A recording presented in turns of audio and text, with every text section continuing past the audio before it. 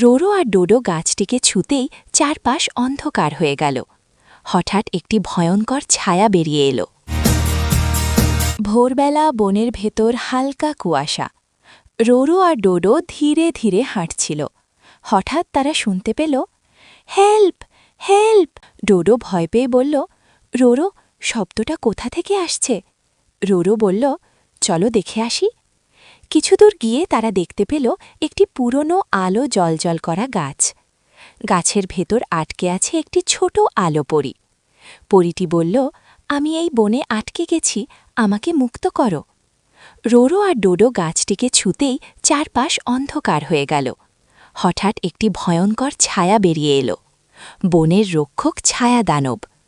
ছায়াদানব গর্জন করে বলল, এই বনে কেউ আলো আনতে পারবে না।